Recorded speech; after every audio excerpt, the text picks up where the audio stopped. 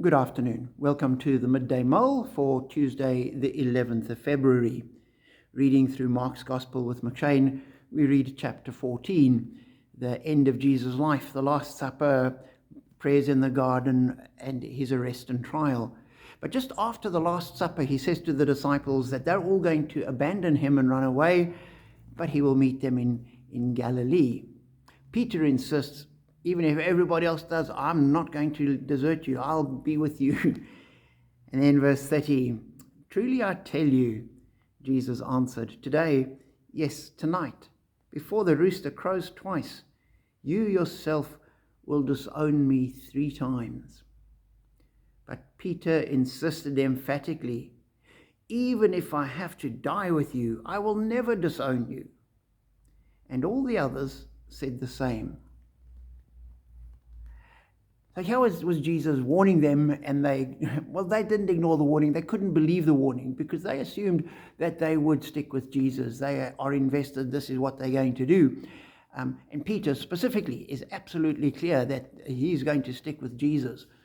And at the end of the chapter, as he's denied Jesus 3 times, and the rooster crows, we're told immediately the rooster crowed a 2nd time. Then Peter remembered the word Jesus had spoken to him. Before the rooster crows twice, you yourself will disown me 3 times. And he broke down and wept. And once again, it highlights the absolute humanity of the disciples, the apostles, the great founders of the church, that they don't come out shining in any kind of glossy tones, just about nowhere in the scriptures, because they're human. And as I was reading this, I thought, I suppose none of us really knows how we will behave in the fire until we feel the first flames. And I'm quite sure that the disciples honestly believed they would be true, they would stick with Jesus. They didn't know what was going to happen. They didn't know exactly what would be entailed.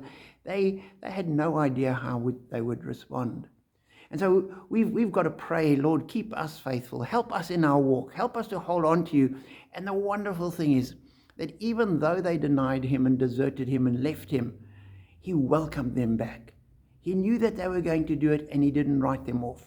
And when they came back to him, he welcomed them with open arms. And Jesus does the same for us. So we pray, Lord, keep us faithful. But we know when we fail, and we fail all too often, we can come back to him again and say, Lord, forgive me. And he does. And we think of the time Jesus said to the disciples, you need to forgive a person 70 times 7 in a day. And if he says we must forgive that much, he would forgive even more. So we have this gracious, compassionate, loving God who, despite our weakness and our failure, loves us and holds us and welcomes us. And that's a great encouragement. Be blessed.